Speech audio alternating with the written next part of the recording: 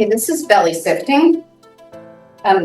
This is actually a Turkish towel, not a Rebozo, but the idea is the same. This is ideal with a nice long Rebozo, but if you don't have one, you can use a towel or a sheet or something that's long enough for you to get your hands, get around your belly. So what we're gonna do is kind of create a little hammock for the baby. So it's not, this towel, this piece of cloth is not cutting into the baby at all. And mom can help with that.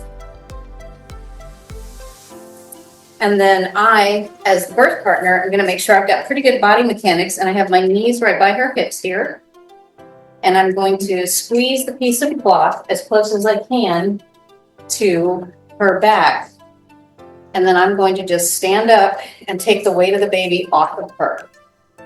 So right now, I'm just extending myself, taking the weight of the baby off, and giving her a break so that her low back is no longer holding an extra 20 pounds or so. And then some people really like to get a little sift, we call it sifting because you do like this little bitty tiny bit of movement. Some women love the sifting and some people would really prefer that you just stand there and take the weight of the baby off. You can do this for as long as you want, as long as it feels good to the mama. When you do stop this move, go slowly because you will notice how much weight is going to drop right back onto her abdomen.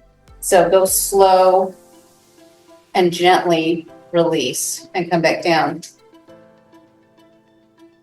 So that's sifting. That is more for comfort as opposed to for labor.